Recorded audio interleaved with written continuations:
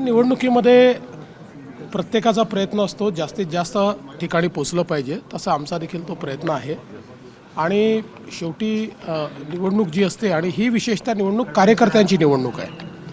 आपल्या निवडणुकीमध्ये कार्यकर्ते इतका श्रम करतात, इतकी धावपळ करतात, त्यामुळे त्यांची अपेक्षा असते की त्यांच्या निवडणुकीमध्ये आपण त्यांच्यापर्यंत पोचलं पाहिजे. त्यामुळे तो आमचा प्रयत्न आहे, आम्ही तो प्रयत्न करतो. या निवडणुकीमध्ये विरोधक कुठे असले नाही, तुम्ही म्हणजे सत्ताधारीच प्रचार करतात, सत्ताधाऱ्यांच्याही भूमिकेत तुम्ही आणि विरोधकांच्याही भूमिकेत तुम्ही टीका करताना. नाही, आम्ही एकमेकावर, मी तरी पूर्ण निवडणूक झाली, मित्रांवर टीका तर सोडात, विरोधकांवरही टीका केलेली नाही. मला एकही स्टेटमेंट, आता आज शेवटचा प्रचाराचा दिवस आहे, एका नेत्याच्या विरोधात बोललो, एका पक्षाच्या विरोधात बोललो, मी कोणाच्याच विरोधात बोललो नाही. शेवटी एक आपण पॉझिटिव्ह अजेंडा घेऊन या ठिकाणून चाललो आहोत आणि एक सकारात्मक मत आपण मागतो आहोत. त्यामुळे मी कोणाच्या विरोधात बोलत नाही, बोलण्याचं कारणही नाही. शहाजी बापूंच्या आत इथे काल रेड पडली त्यांच्या कार्यालयात. आपल्यासोबत सत्तेत आहे शिवसेना आणि त्यांच्याकडे रात्री निवडणूक कार्यालयात रेड झाली. असं आहे, मला याची कल्पना नाही, पण कोणी सत्तेत आहे किंवा सत्तेबाहेर आहे याच्यावरून रेड ठरत नसते. समजा एखादी तक्रार आली, आमचे काही कार्यकर्त्यांच्या संदर्भात तक्रार आली, तर त्याही ठिकाणी चौकशी करता गेले. इव्हन अनेक वेळा माझी देखील गाडी तपासली जाते. त्याच्यामुळे याच्यामध्ये काही सत्ता आणि विरोधक वगैरे असल्या कुठल्या गोष्टी नसतात. सर, महायुतीत घुसपूस नाही असं सातत्याने तुम्ही सांगता, मात्र एक गोष्ट असं दोघेही एकाच ठिकाणी आहात, भेट झाली नाही. मला वाटलंच की आता दिवसभराकरता तुम्हाला एक खाद्य मिळालेलं आहे.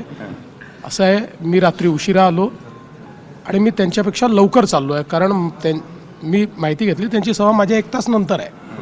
त्यामुळे भेट झाली नाही, उद्या होईल, त्याला काय.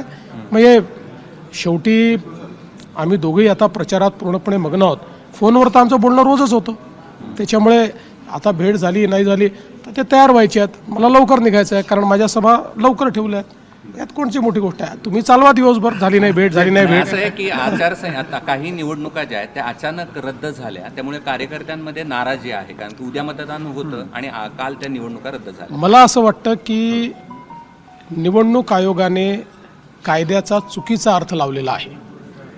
या निवडणुका रद्द करणं हे अत्यंत चुकीचं आहे.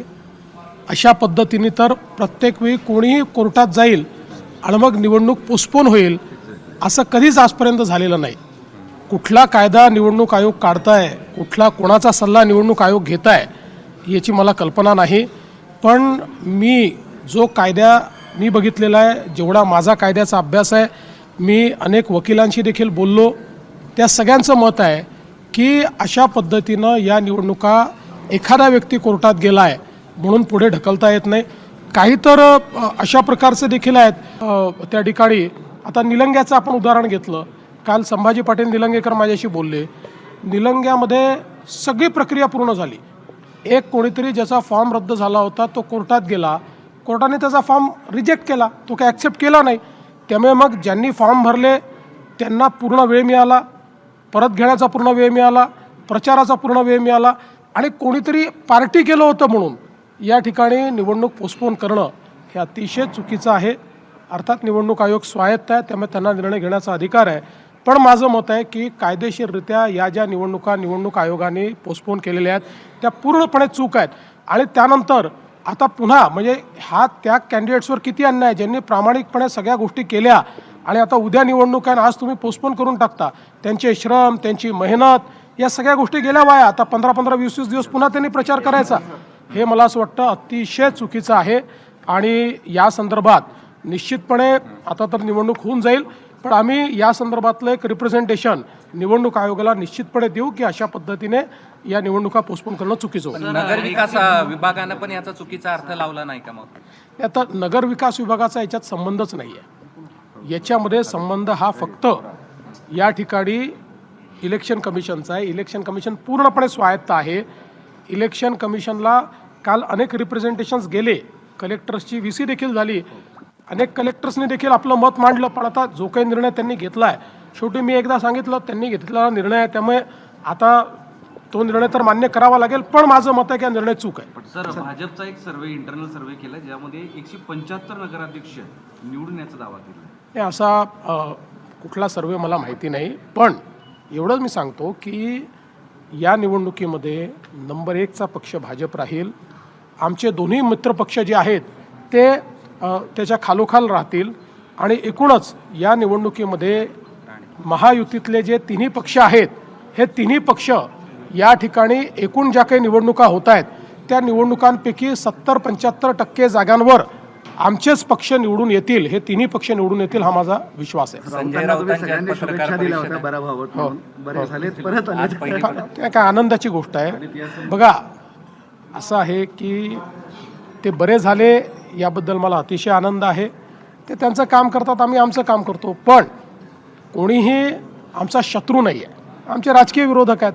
त्यामुळे कुठलाही विरोधक हा आजारी पडला तर तो चांगला झाला पाहिजे, त्याची तब्येत ठीक झाली पाहिजे ही आपली अपेक्षा असते. ती झाली, चांगलं आहे. असं म्हणतात की या राज्याची निवडणूक संस्कृती उद्ध्वस्त केलेली आहे, कारण निवडणूक ते रोज काय काय बोलतात याला कालही मी उत्तर दिलं नाही, आजही दिलं नाही, कारण मी त्यांचे स्टेटमेंट उत्तर देण्याच्या लायकीचे समजत नाही. राणे विरुद्ध राणे जे सगळं सुरू आहे त्यामध्ये एकनाथ शिंदेने स्पष्ट सांगितलं की ते त्यांच्या आमदाराच्या पाठीशी आहेत. मी सगळ्यांच्याच पाठीशी आहे. जो चांगला वागेल त्याच्या पाठीशी मी आहे. कोणी चुकला तर त्याला मी सांगेन. माझ्या पक्षाचा असला तरी मी चुकीच्या मागे उभे राहत नाही. जे काही योग्य असेल त्याच्या मागे मी उभा राहतो. त्यामुळे मी निश्चितपणे एवढं सांगतो की खरं तर जी काही परिस्थिती पाहायला मिळते ती काही चांगली नाही आहे. म्हणजे असं राणे विरुद्ध राणे वगैरे असं होणं काही योग्य नाही आहे. निश्चितपणे या निवडणुकीनंतर या संदर्भात एक मला असं वाटतं की आत्मचिंतन आम्हाला सर्वांना केलं पाहिजे. अखेरचा एक प्रश्न विचारतो. या निवडणुकीमध्ये तुम्ही सगळे लोक फिरताय, उद्धव ठाकरे, शरद पवार हे लोक प्रचारात कुठेच दिसत नाहीये. काय कारण असं तुम्हाला राजकीय? मला असं वाटतं की पहिल्यांदा तर हे आपण सगळ्यांनी लक्षात घेतलं पाहिजे की या कार्यकर्त्याच्या निवडणुका आहेत.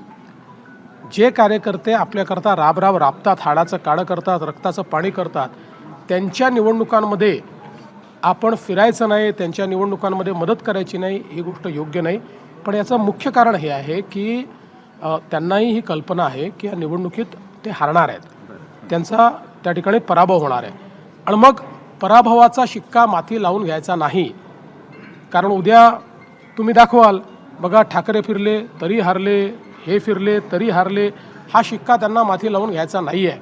पण मी लोकशाहीमध्ये एक गोष्ट सांगतो, कधी आपण जिंकतो कधी आपण हारतो, पण निवडणुकीच्या मैदानातनं निघून जायचं, निवडणुकीतनं माघार घ्यायची किंवा निवडणुकीतनं एक प्रकारे पाठ दाखवायची, हे काही योग्य नाही आहे.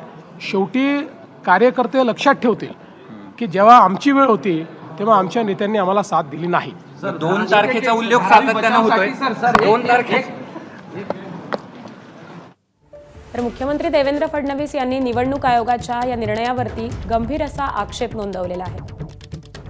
निवडणुका पुढे ढकलणं हे अत्यंत चुकीचं आहे. एबीपी माझा, उघडा डोळे बघा नीट.